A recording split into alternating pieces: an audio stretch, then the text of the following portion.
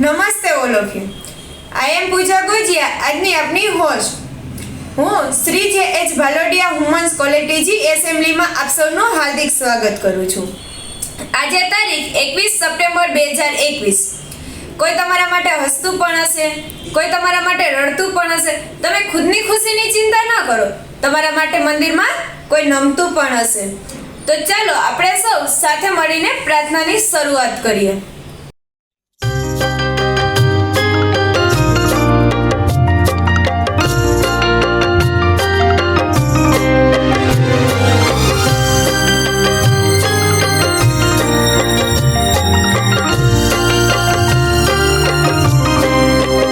जैसे सूरज की गर्मी से जलते हुए तन को मिल जाए तरवर की छाया, सूरज की गर्मी से जलते हुए तन को मिल जाए तरवर की छाया, ऐसा ही सुख मेरे मन को मिला है मैं जब से शरण तेरी आया मेरे राम।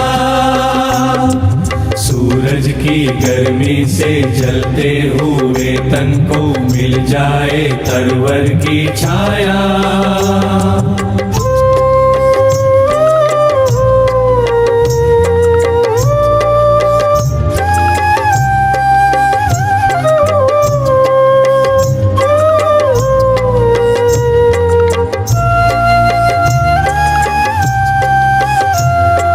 भटका हुआ मेरा मन था कोई मिल ना रहा था सहारा, भटका हुआ मेरा मन था कोई मिल ना रहा था सहारा, लहरों से लड़ती हुई नाव को जैसे मिल ना रहा हो किनारा, लहरों से लड़ती हुई नाव को जैसे मिल ना रहा हो किनारा, मिल ना रहा हो किनारा।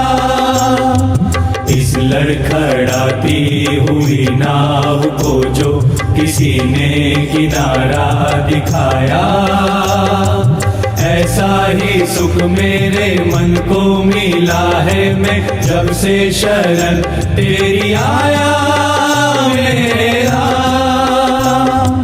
सूरज की गर्मी से जलते हुए तन को मिल जाए तरवर की छाया,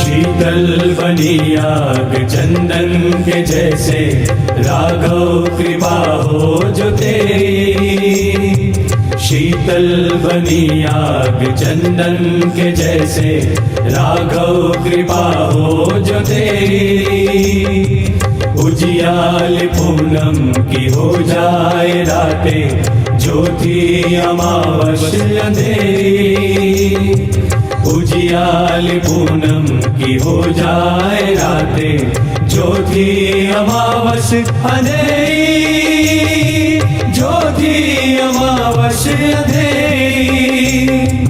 युग युग से प्यासी मरुभूमि ने जैसे सावन का संदेश पाया, ऐसा ही सुख मेरे मन को मिला है मैं जब से शरण तेरी आया मेरा। सूरज की गर्मी से जलते हुए तन को मिल जाए तरवर की छाया,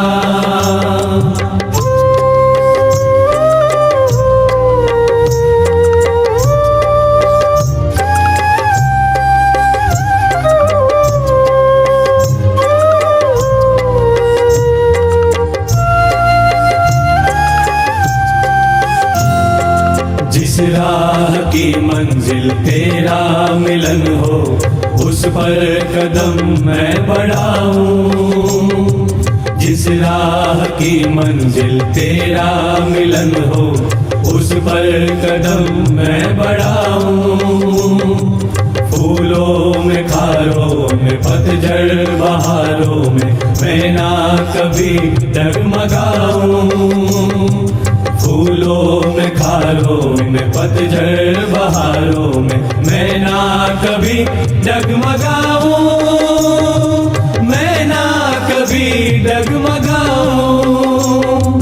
पानी के प्यासे को तकदीर ने जैसे जी भर के अमृत पिलाया, ऐसा ही सुख मेरे मन को मिला है। मैं जब से शरण तेरी आया मेरे राम।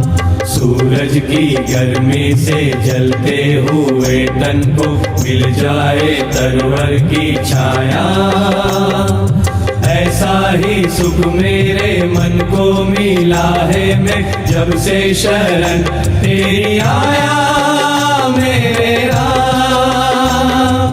आया मेरे राम। आया मेरे राम। आया मेरे Ram.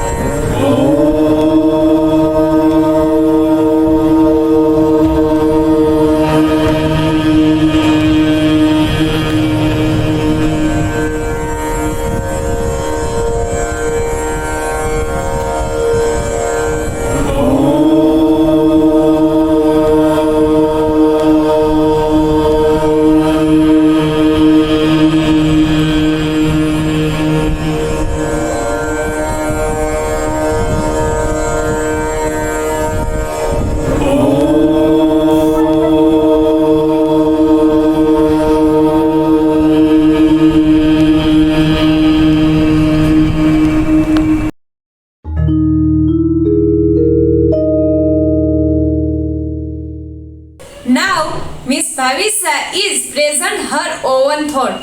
Hello everyone, my name is Karatya Bhavisha from J.H. Palodia Women's College, Rajkot. Today I am telling you one story. A story name is A Glass of the Water. So let's start. Once upon a time, a psychologist was teaching stress management to an audience. She raised the cup of glass and asked everyone, how heavy do you think this glass of water is? Expecting another half empty, full like this question. The crowd gave various answers from 40 grams to 500 grams. Then she said, the absolute value of glass doesn't matter. It actually depends on how long I hold it. A minute would not be a problem. After an hour, my arm feel like a pain. If I hold it a whole day, my arm feel like a paralyzed and helpless. But the weight of the water never changed. If I hold it longer, my arm feel like a heavier. Then she said, the stress and worries of life are just like the cup of the water. Think about them for a while, that's nothing happened. Think about them longer, you feel like a pain. Think about them whole day, you feel like a paralyzed and helpless. So guys, always one thing remember, let go of your worries and stress and always put down in the cup of the water. Don't carry them for an hour, a day and year. And always remember, put down in the cup of the water. Thank you guys. Thank you miss Bhavisa. હવે આપણી સમક્ષ પોતાના વિચારો રજૂ કરવા આવી રહી છે મિસ દ્રષ્ટિ. નમસ્તે, હું દ્રષ્ટિ છું અને ભલોડિયા મહિલા કોલેજમાં અભ્યાસ કરું છું. ભણવાની સાથે સાથે મને પુસ્તકો વાંચવાનો પણ ખૂબ શોખ છે. ક્યારેક ક્યારેક ફિલ્મો જોવા પણ ગમે છે. તો એકવાર મેં એક પુસ્તક પર આધારિત ફિલ્મ જોઈ અને પછી તે પુસ્તક વાંચ્યું. તો તે ફિલ્મ જોવા કરતાં મને તે પુસ્તક વાંચવાની ખૂબ મજા આવી. તો મને થયું કે શું વધુ સારું છે, પુસ્તકો વાંચવા કે ફિલ્મો જોવા? અને તમને પણ ક્યારેક આ પ્રશ્ન થતો હશે કે શું વધુ સારું છે, પુસ્તકો જોવા, પુસ્તકો વાંચવા કે ફિલ્મો જોવા? તો આજે હું તમારી સાથે એ જ વાત કરવાની છું કે શા માટે પુસ્તકો વાંચવા કે ફિલ્મો જોવા કરતાં વધુ સારા છે. તો તેવા 5 કારણ છે કે જે સાબિત કરે છે કે પુસ્તકો છે તે ફિલ્મો કરતાં વધુ સારા છે. તો પહેલું કારણ, પુસ્તકો છે તે વિગતવાર હોય છે.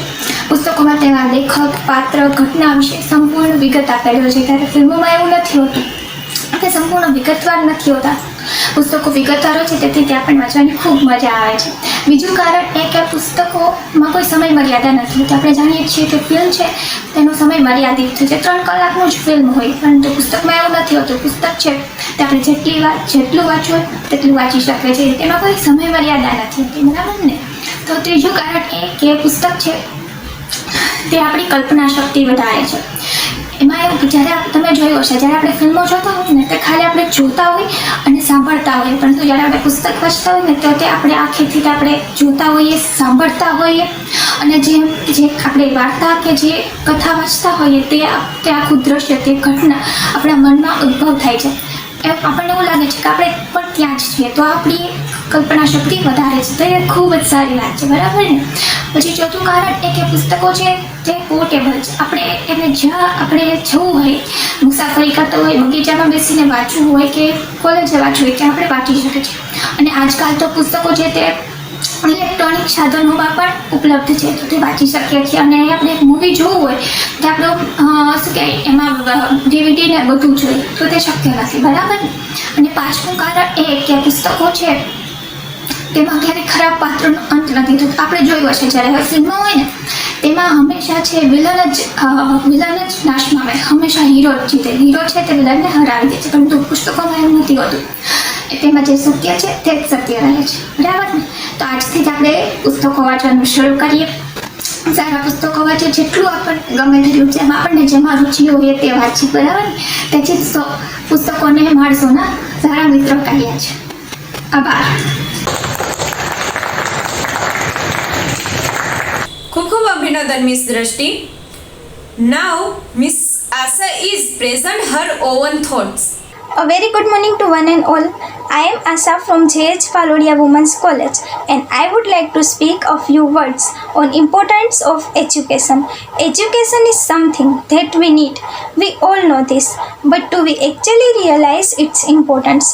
Now that is something we need to think about. What is education? Swami Vivekananda defined education as the manifestation of perfection already existing in a man. As a doctor, you said that the more you read, the more things you will know, and the more you learn, the more places you will go. Mankind is born with the natural thirst for knowledge, and these thirsts are quenched by education. Education is the treasure that everyone deserves, but not all receive. Those affected by poverty are the most important part of this group. Families that struggle to make both ends meet cannot afford to send their children to school even for primary education. These children are forced to work and learn for the family, and they have no access to the world outside or opportunity out there. Their only dream is to fill their stomach with at least one square meal a day. Another important group of women. Women are a community that have been denied education so long in the past years, but now the condition has improved. Schemes like Beti Bachao, Beti Padhao have increased the number of girl children in a school and also decreased the rate of girls in abortion. Another important group are those with physical disability. All they need is a little help to rise up. If they are provided with adequate aid, they can enter the mainstream and also receive the education and live life to the fullest. But education without values is meaningless. We should remember our student words, educating the mind. I would like to conclude by quoting Nelson Mandela. Education is the most powerful weapon you can use to change the world.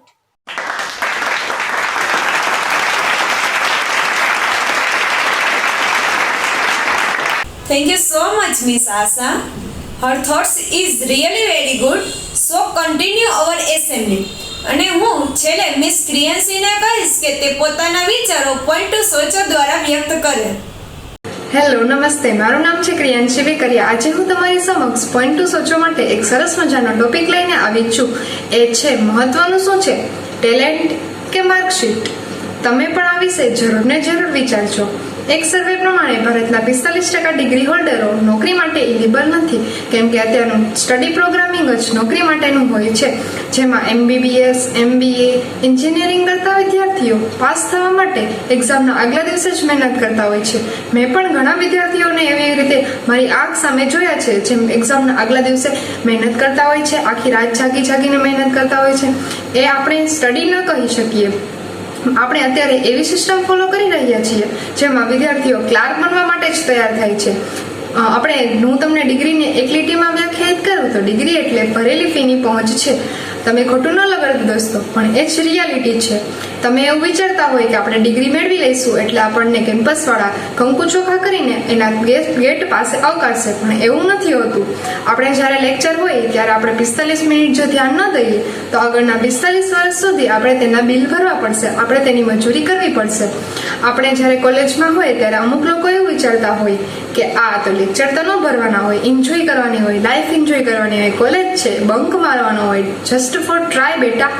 આ try કરવાવાળા લોકોને આખી જિંદગી બીજા લોકો try કરતા રહે છે, જ્યારે એ જ કોલેજના બીજા વિદ્યાર્થીઓ એવું વિચારતા હોય કે આપણે તો ભણવું જોઈએ, અને એ લોકો ભણી ગણીને દિલથી મહેનત કરે છે. એ લોકોને કંપનીવાળાઓ બહાર પડતા જ બોલાવી જ લે છે તરત ને તરત. તો હવે તમે જ સમજી જાઓ કે એક બાજુ ગોળ અને એક બાજુ ખોળ. એવું કેમ છે? આપણે જ્યારે એટીકેટી આવે ત્યારે આપણા મનની અંદર આપણે વકીલ હોય તે વકીલાત કરવાનું શરૂ કરી દે છે કે આ તો સબ્જેક્ટ અઘરો હતો, એના લીધે આપણને એટીકેટી આવી. પણ એવું નથી હોતું દોસ્તો. આપણે આપણી મર્યાદા સ્વીકારો, આપણે આપણી મહેનત કરતા શીખો, એટલે આપણને ધીમે ધીમે કરીને સફળતા જરૂર ને જરૂર મળશે. આપણે પણ એવી રીતે વિચારવું જોઈએ. યુવાનો માટે એક ખૂબ મોટો પ્રશ્ન છે કે યુવાનો સ્નાતકની પદવી તો મેળવી લે છે, પણ રોજગારી માટે તો તે ફાફા જ મારતો હોય છે. તે વિચારે છે કે રોજગાર નથી, પણ એવું નથી. રોજગાર તો છે જ, પણ તેના માટે તેની પાસે આવડત નથી. આપણે ક્યાંક જઈએ તો જ્ઞાતિ, જાતિ, ધર્મ, અમીર છીએ કે ગરીબ છીએ, આપણો એટીટ્યુડ એ કોઈ નથી જોતું. આપણામાં ટેલેન્ટ શું છે, આપણામાં આવડત શું છે, એ જ જોવે છે. ગૂગલે પણ કહ્યું છે કે અમારે ડિગ્રી ધારકની નહીં, પરંતુ અમારે ટેલેન્ટ, આવડતની જરૂર છે. તમારી પાસે જો ટેલેન્ટ હોય, તમારી પાસે જો આવડત હોય તો ગૂગલ તમને વેલકમ કરે છે. ફરી મારો અહીં જ સવાલ અટકી જાય છે કે મહત્વનું શું છે, ટેલેન્ટ કે માર્કશીટ?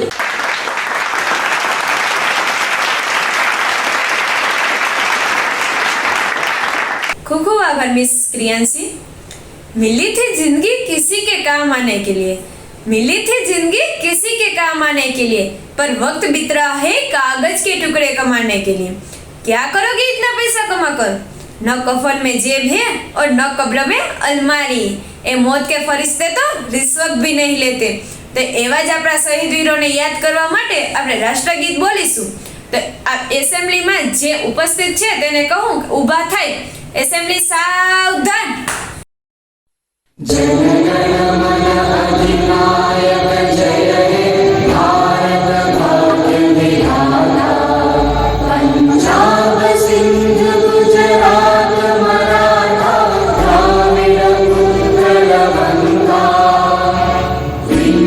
हिमाचल यमुना गंगा उच्चल जलधि